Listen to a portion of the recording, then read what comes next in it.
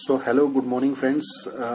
आज मैं जो हम लोगों ने कुछ क्वेश्चंस जो कुछ क्वेरी ग्रुप पर आई हैं उसको रिजॉल्व करने के लिए एक छोटा सा वीडियो ये बनाया है।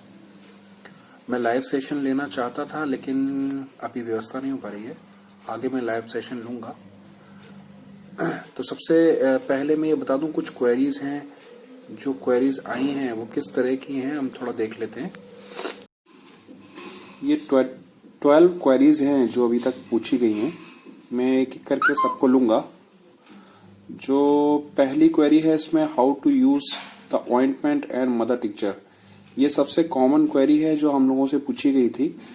और how to use the biochemics 6x 12x potency, how to do repetition, how to do potency selection from the limited sources, how to take short case in short time, how to maintain privacy of patient, how to manage old patient record, can we write investigations, expiring of the medicines is a big task, ये भी एक problem है, how to deal with the recurrent acutes, basic rule of dispensing या dispensary regarding job, and common tip for remedies।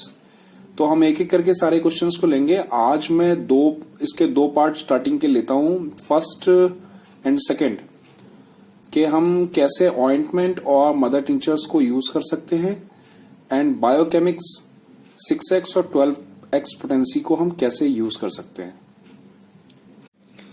तो जो common questions हैं इसके अंदर हमारे बायोकेमिक को लेके, मदर टिंचर को लेके और हमारे ऑइंटमेंट को लेकर है।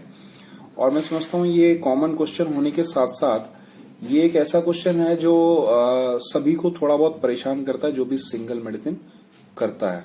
उसके साथ साथ में सबसे बड़ी दिक्कत ये होती है कि ज्यादातर लोग सिंगल मेडिसिन के साथ सिंगल डोज देना पसंद करते हैं और यहाँ पे हमें मल्टीपल डोजेस देनी पड़ती हैं। तो कैसे हम सिंगल की राह पे चलते हुए इन सबको मेंटेन कर सकते हैं, ये हम थोड़ा सा देखने की कोशिश करेंगे।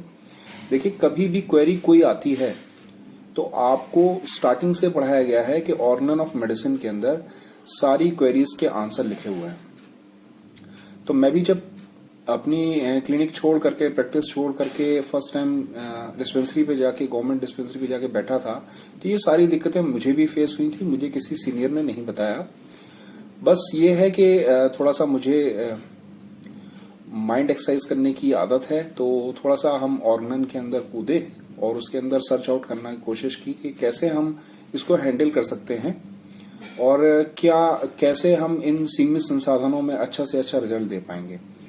दिक्कत यहाँ पर यह भी आती है कि जो स्टॉक हमारे पास रखा है उसे हमें डेली बेसिस पे खत्म भी करना होता है।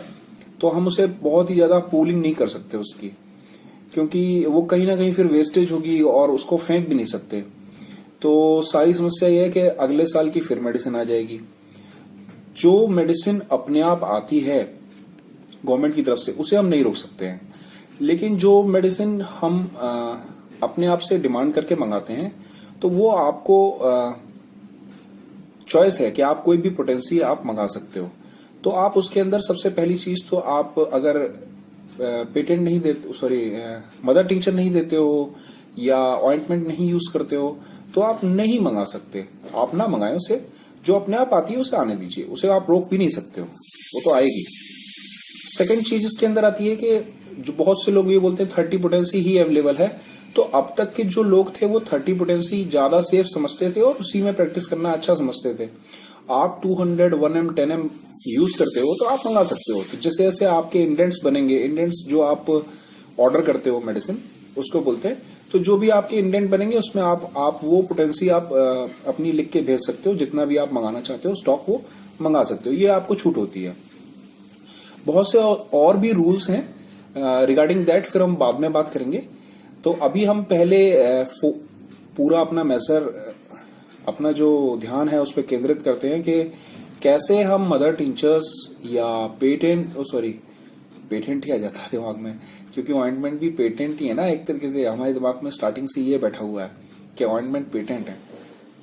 These are not patent. यही मैं आज इस सेशन में आपको बता रहा हूं कि ये पेटेंट नहीं है, इनको आप इस्तेमाल कर सकते हैं। आपने जितने भी आपने गवर्नमेंट डिस्पेंसरी में ऑइंटमेंट देखे हैं, आप ये अपने चेक कर लीजिएगा, वो ज्यादातर सब सिंगल मेडिसिन है, जैसे रस्टॉक्स है, आर्निका है, कैलेंडुला है, कैंथेरिस है, हिमामेलिस है, लीडम पाल है। यही ऑइंटमेंट आपके यहाँ पे होंगे ज्यादातर। बर्बेरिस एक्वाफोलियम है। ये सारे ऑइंटमेंट जो है सिंगल मेडिसिन है, इसमें कोई भी मिक्सचर नहीं है, तो ये बहुत अच्छी बात है। ऐसे ही जो बायोकेमिक्स हैं हमारे, वो भी कोई मिक्सचर फॉर्म में नहीं है या पेटेंट फॉर्म में नहीं है, उसमें 2-3 मेडिसिन का कोई मिक्सचर या कॉम्बिनेशन नहीं बनाया हुआ है। They are naturally occurring medicine, calcarea phos, ferrum mur. तो ये जितने भी इस तरह के मेडिसिन हैं, सिर्फ उनकी पोटेंसी हमें एक्स पोटेंसी में दी हुई है, 6x, 12x, 3x भी कहीं कहीं दिया हुआ है। तो जो ये पोटेंसीज हैं, इनको हम ज्यादातर यूजुअली हम चूंकि 200 और 1m में इस्तेमाल करते आए, तो हम भूल गए हैं इनको इस्तेमाल करना, बट ये पोटेंसीज भी यूज होती हैं। तो ऐसे परेशान होने की बात नहीं है। जहां ये मेडिसिन आपकी निकलती है, जहां आपको लगता है कि calcarea phos is the remedy and वो हमको साइकोटिक डोज में देनी है, तो साइकोटिक डोज में आप एक्स में दे सकते हैं, बिल्कुल दे सकते हैं, और बेधड़क दीजिए, देना भी चाहिए और बहुत अच्छा रिजल्ट मिलेगा आपको। दूसरी चीज बात करते हैं मदर टिंचर। मदर टिंचर जो है वो दीज आर हाई डोजेस, तो हाई डोजेस की भी मैं बाद में बात करूंगा। आज सिर्फ और सिर्फ मैं एक क्वेश्चन पहले क्वेरी सॉल्व करता हूं, फिर मैं दूसरा वीडियो डालूंगा जो आगे और भी क्वेश्चंस हमारे regarding first and second question मैं इसको क्लैरिफाई करना चाहता हूं। इस हफ्ते मैं इसी पे देना चाहता हूं, और धीरे धीरे करके हम सारी चीजों को सीखेंगे, कोई जल्दी नहीं है और हम सीखते रहेंगे। आप भी मुझे सिखाइए, आप भी मुझे बताइए, ग्रुप पे शेयर करिए, हम आपस में एक दूसरे के केस शेयर करेंगे तो हमें और सीखने को मिलेगा। कौन सी पोटेंसीज ज्यादा वर्क करी, कैसे हमने उस पर वर्कआउट किया।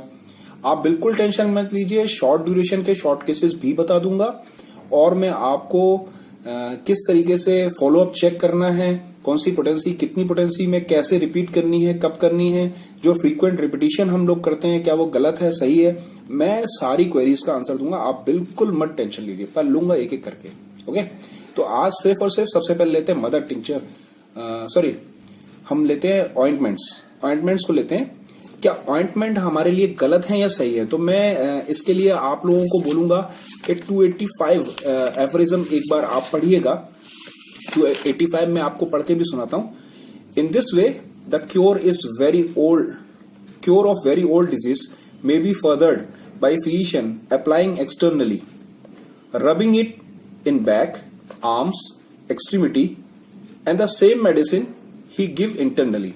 यहाँ देखिए डॉक्टर हैनीमैन 285 एफरिज्म में आप दोबारा जाकर के पढ़िएगा, मैं बता रहा हूं आपको, मैं सिंप्लीफाई भी कर रहा हूं और आप अपने आप से भी पढ़ सकते हैं कि 285 में वो डॉक्टर हैनीमैन हम लोगों को अलाउ करते हैं कि आप एक्सटर्नल मेडिसिन अप्लाई कर सकते हो with the same medicine he gives internally. जो आपने इंटरनली दी हुई है उस मेडिसिन के साथ आप अप्लाई कर सकते हो, लेकिन कब देना है? जब बहुत ओल्ड डिजीज हो चुकी है, जब आपको लग रहा है कि इंटरनल मेडिसिन नहीं काम कर रही है इसमें, तो आप दे सकते हो।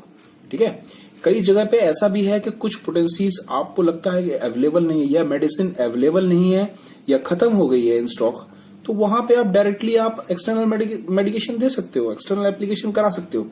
लेकिन आपको क्या ध्यान रखना है वो आगे की लाइन में लिखा है, उसको ध्यान से पढ़िए। एंड विच शोड इटसेल्फ क्यूरेटिवली, उन्होंने बोला कि ये जब आप इंटरनली और एक्सटर्नली दोनों मिलाकर के देते हो तो वो आपको क्योर देंगे ही देंगे। इन डूइंग सो, आपको क्या ध्यान रखना है? In doing so he must avoid the parts subject to pain और स्पाज्म और स्किन इरप्शन। यहां उन्होंने क्लियर कर दिया कि जहां आपकी तकलीफ है उस पार्ट को, उस टिश्यू को छोड़ के उसके साथ वाले पार्ट में आप बिल्कुल अप्लाई करिए, बेधड़क अप्लाई करिए, कहीं भी अप्लाई करिए बॉडी में, स्किन पे कहीं पे भी अप्लाई कर सकते हैं, पर उस पार्ट को छोड़कर। अब दिक्कत हमारे साथ ये आती है, पेशेंट को कैसे मनाओगे? अगर कहीं चोट है, कहीं दर्द है, वो तो वहीं लगाएगा, तो दर्द और स्पाज्म वाली जगह पे नहीं लगने देना है, ये आपको उसको बताना है। आप उसको देखिए, वो इतने पढ़े लिखे नहीं हैं, और पढ़े भी हैं तो आप उनको बेहतरीन तरीके से समझा सकते हो कि यहाँ पे कैसे कैसे ये इफेक्ट करेगी। तो पढ़ा लिखा तो बहुत इजीली समझ जाएगा, जो पढ़े लिखे नहीं है वो और भी इजीली समझ जाएंगे जब आप उनको बोलोगे कि इस जगह पे लगाने से भैया बहुत बढ़ जाएगा, फिर मत कहना, या ये बहुत दब जाएगी, फिर मत कहना। तो उसकी जगह पे उनसे बोलिए मैं आपको ऑइंटमेंट दे रहा हूं, लेकिन उस जगह मत लगाइए, दूसरे हाथ में लगाइए या दूसरे पैर में लगाइए या दूसरी जगह पे लगाइए और साथ में ये दवा खाइए। बिल्कुल आराम होगा, ऐसे ही आराम होगा जैसे आप ऑइंटमेंट लगाते हो। ठीक है ना? तो हमको ऑइंटमेंट लगाना है, लेकिन इरप्शन वाली जगह पे नहीं लगाना है, पेन वाली जगह पे नहीं लगाना है, स्पाज्म वाली जगह पे नहीं लगाना है, उस जगह को छोड़ करके दूसरी जगह लगाना है। अब सपोज दैट किसी की चोट लगी अर्निका, अब वो अर्निका का ऑइंटमेंट उस जगह ना अप्लाई करा के उसके बगल आसपास के टिश्यूज के अंदर आप अप्लाई कर सकते हो, और श्योर शॉट साथ में इंटरनल मेडिसिन दीजिए, काम करेगा ही करेगा। लेकिन ज्यादातर डॉक्टर हैरीमैन ने क्या बोला है, पहली लाइन में ही बोला है, जहां पे क्रॉनिक ओल्ड डिजीजेस हैं, बहुत दिनों से प्रेजेंट हैं, वो ठीक नहीं होके दे रही हैं, उसमें ये आपको काम करना है।